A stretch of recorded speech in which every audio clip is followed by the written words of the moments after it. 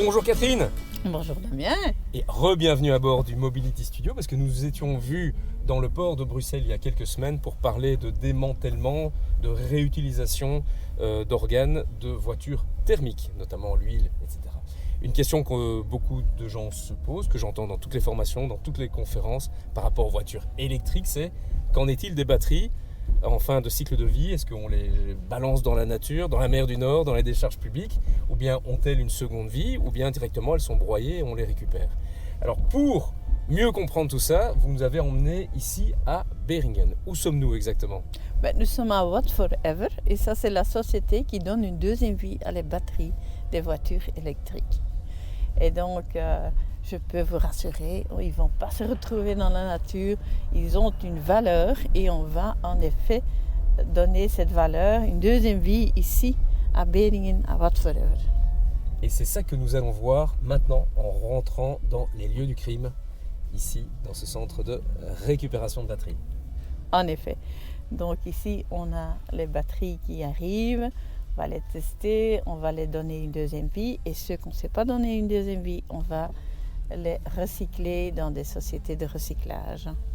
Et tout ça se passe étape par étape et c'est ça qu'on va voir ensemble maintenant. En effet, en effet.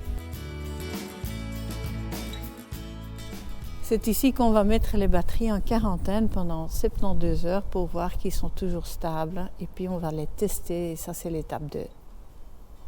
Un certain pourcentage de batteries est critique et pour éviter qu'il y ait un danger, on les transporte dans les sarcophages.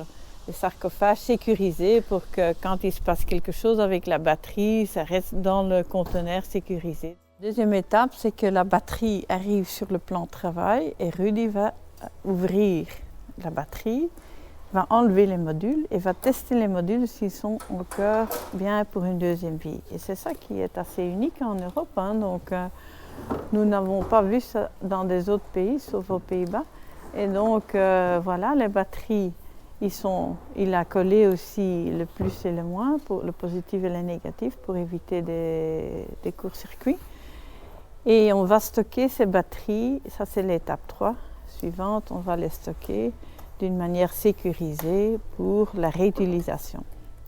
Voilà, donc ici on a les modules qui sont donc testés et qui sont bien pour une deuxième vie. On les stocke ici dans les différentes boîtes pour faire de nouveau par après des batteries circulaires. Mais par ailleurs, il y a aussi des autres modèles. Donc ici, c'est un modèle avec des cellules prismatiques qui est aussi parfaitement une batterie d'un véhicule électrique. Voilà, ici tu vois nos produits finis. Ce sont des armoires dans lesquelles nous allons mettre les modules testés. Et ça, c'est la batterie circulaire. C'est ça qui stocke de l'énergie des panneaux voltaïques dans les supermarchés ou sur les chantiers de construction. Au lieu d'utiliser un générateur diesel, ils utilisent l'énergie qui est stockée dans cette batterie circulaire. Grand merci en tout cas et à très bientôt alors. À très bientôt. Et bonne route.